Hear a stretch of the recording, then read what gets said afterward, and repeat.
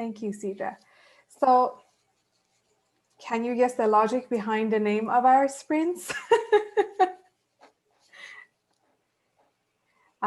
We've done Nemo. Oh, here we go. We got Andre coming in.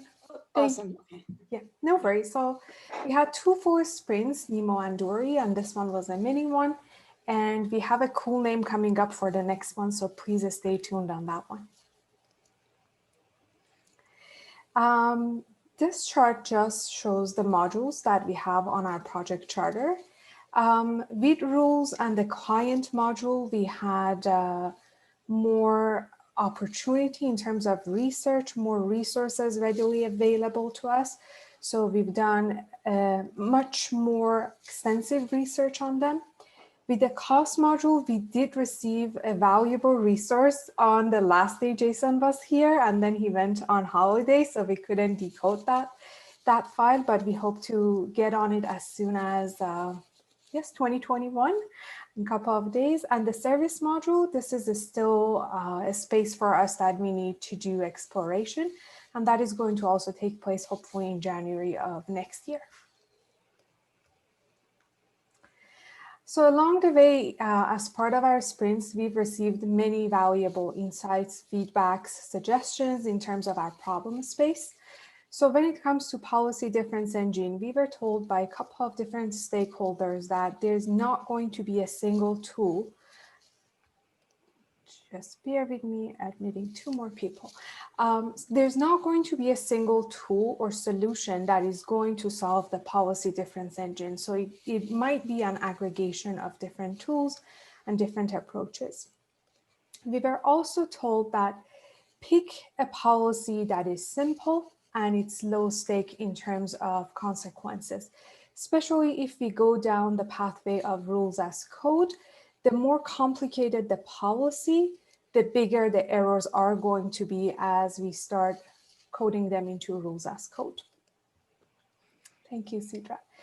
Two other great feedback that we received was looking at what other people and other countries have done. And that's really the culture of working in the open. There are a lot of other countries that are working in this space of our problem space, and they might be ahead of us. So we can learn from their mistakes, we can learn from their achievement and success. And in doing that, we sort of make it easier for ourselves to achieve results. So I'm going to speak to our product values a little bit, because in this process, we've been able to start and extract exactly what it is that we're going to be building our focus around. So the product values we've established are: one, build digital capacity. And the idea here is that everybody needs to understand the PM side of things, the technical side, and the UX side of things, so that we can all work in a way that we aren't siloed and that we can draw from each other and continue to basically build the ability for everybody to understand exactly what's going on and within what capacity. So we've noticed that there's a lot of language that's used that not everybody universally understands to mean the same things. We want to make sure that we establish like a memorandum of understanding. The second piece is around building agility. So what we want to do is do our processes, create some processes and adapt other ones just to demonstrate the success, efficacy, as well as the ability of the way in which we're working and the way our sprints are set up as a template for future endeavors. We think that this might play some role in propagating some cultural change as well around the way in which products are designed and integrated into government. We also want to build usability. So our end product should be desirable and usable. And that's actually why we're emphasizing our end users so much, distinctly from our stakeholders and subject matter experts. And finally, whatever we do, we're intending to build for impact. We want to make sure that we walk away from our fellowship with something that's actually pretty feasible. We want to make a case for data-driven social research and analysis and policymaking. The whole point of what we're trying to do with the policy difference engine is to make sure that people understand the impact of their decisions or the impact of modeling change. And we think that we're able to do this if we do a cohesive enough job of understanding the problem space, as well as considering what a viable solution or solutions might be. Ultimately, this is a really big ask, I think, but this is something that we all as a team seem pretty committed to moving forward. So you'll see us working within these values a lot. The next piece is our design roadmap, and that's what's come out of the sprint, which is really exciting, where we just have a lot more clarity because UX research in service delivery is really different from what it looks like in private sector. And we've done a lot of research to learn about this. So we started by doing research and discovery. We really tried to understand the problem space. We tried to understand what the project charter specified and what were the expectations from our government partners and the risks. We then led into developing proto personas where you use everything that you know and you try and build an educated guess around what it is that you'll be doing because it'll give you some direction instead of splashing around in the dark. So in this, we thought about who is going to be implicated in these conversations and what impact would our solution ultimately have on civic society. Next piece is stakeholder analysis, and that's where we're talking to our government partners who have domain knowledge, not just around governance, but on how policy works. And a lot of them also have existing research and resources. So we've touched on some teams such as Life Journey Mapping and the Youth Digital Gateway to get some information around this. The next piece is the subject matter expertise analysis, because our subject matter experts don't always live within governance. So we really wanted to understand who knows the technical and service delivery space. We've spoken to a lot of folks that have delivered rules as code projects and that have worked extensively in the space, both within the Canadian and outside of the Canadian capacity. We also want to talk to who's done this before, because you'll see time and time again in our work, we emphasize that we don't want to redesign the wheel. We want to work off of other people's work to make sure that we're contributing and adding to this space. The next piece is our content review. So that's where we just went through the entire Employment Act and we're doing extensive research and then an environmental scan on the other technical solutions in the space, just so that we can make the case for data-driven social research and analysis. So we can ensure that the content is backing up the functionality of the product that we create. Then there's product ideation. Here's where we're at now. And what this means is that we're using what we know and we're making some informed decisions and we're starting to prototype. So we'll go into this a little bit shortly. Next piece will be our low fidelity testing, and that's where we're going to test the feasibility, value, and potential of our work, particularly with stakeholders and subject matter experts. And this is mostly for validation. This won't be about the details. We're hoping that at that point, we can iron something out that brings us to a higher fidelity testing phase where we'll have a clickable, usable prototype that's been tested intensively internally, and we'll be able to test the usability of that with our end users. So this is a pretty long process, but it's pretty integral. And because we're agile, we'll be repeating a few of these things in a cyclical way, assessing how we are at the end of each sprint.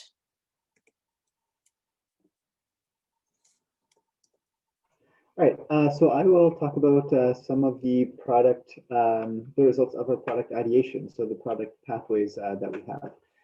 So first we have the impact simulation engine. So this would be something that would quantify the impact of changing legislation for various personas, changing legislation, changing policy, changing rules, etc. So the rule writers, they want to know how policy change might impact the members of the public. If we have a rule that has been converted to something like rules as code, then we can build sample personas and run simulations of a rule change against those modules. So if, for example, we want to make changes to the EI equation, or if someone wants to test out changes to the EI equation, maybe with insurable hours, they could have a tool that allows them to toggle those values, and you could see how it impacts the different personas that are built into it, or that the user can build as well. So they could potentially build their own models. So this is modeled heavily off of Lex Impact project, which is also built on OpenFisca, and that project came out of France. That one focuses on income tax rates.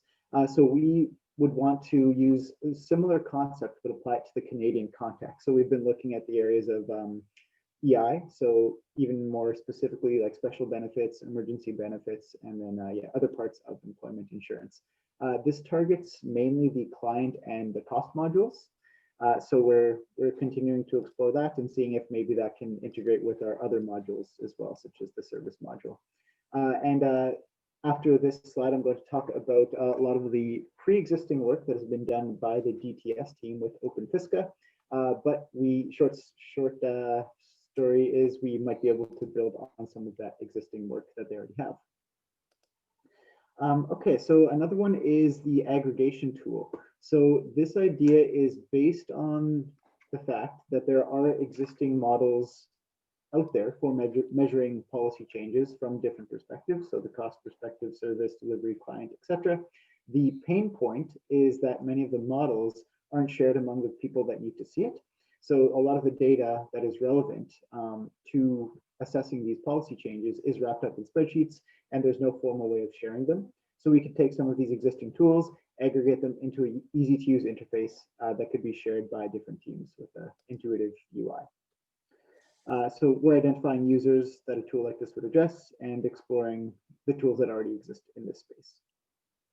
Okay, and then a third one, eligibility assessment. So this could be just assessing the eligibility of benefits and entitlements for non-traditional scenarios. So rather than just like the main regular EI, could look at some of the underserved areas, such as EI overpayment, when employers make overpayments for EI, and maybe gig workers as well, which there isn't a whole lot of concrete policy around at this point, or there's still some gaps in there. So yeah, we could target the edge cases, find the people who fall through the cracks, etc. Okay, next slide, please. So with those ideas, the main goal of giving these or coming up with these ideas at this point is so we can get some feedback from people and refine it into something that we can start iterating on.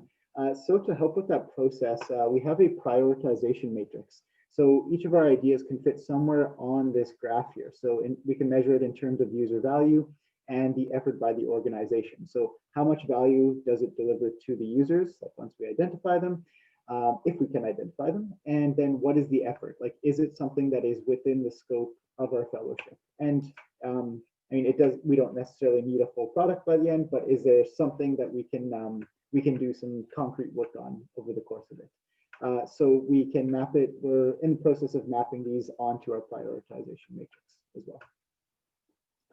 All right, next slide.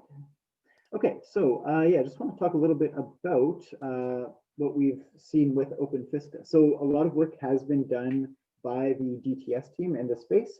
So they have a COVID benefits finder web application. And furthermore, they have also, so they built that with without OpenFisca. And then they did a proof of concept to see if they could implement the backend using OpenFisca as well. So they have that going too. So it's a lot of valuable work. It runs very well. It has good documentation. So shout out to the DTS team for making that very easy to set up. And we're hoping that we can, depending on the product, we can use some of their existing code and infrastructure as well. And we're going to continue to explore this, explore how it's used, how we can contribute to it. And another thing that this does for us is it sets us up for this sprint in February that we're going to be collaborating on with various teams around ESDC and outside of ESDC. So it's a kind of a good primer for that as well, and a very good introduction to the space. Okay, yeah, I'll just talk a little bit about the existing space as well. So this is just exploring tools that already exist in here, in this space of measuring policy change. So obviously there's OpenFisca, which we've brought up many times, lots of good use cases around there. There is also one called, let's see, can you click next, please? Oh, there we go. There's the resource determination model. So these are the ones that Jason had sent us. So this is going to help us identify areas with the cost and service modules where we can have an impact, hopefully. Next one. Micro simulation system at StatsCan. So we just learned about these yesterday. So Stats Canada has a few different models that they've built that is very much aligned with what we're doing. They have a life paths application that is a very elaborate simulation model. So it models people at an individual level and then can measure impacts. It is defunct now, unfortunately, but we're in the process of learning about it. And they have the SPSDM, which is a database and a model for doing something similar, like modeling impact of changes. And they've actually come up with their own simulation software, which we want to start exploring too, called ModGen, built on C++. And then Maciej directed us to this one as well. This Sense for Us came out of the Stockholm University. It's another one that is very aligned with what we're doing, and we can learn a lot of lessons from it as well.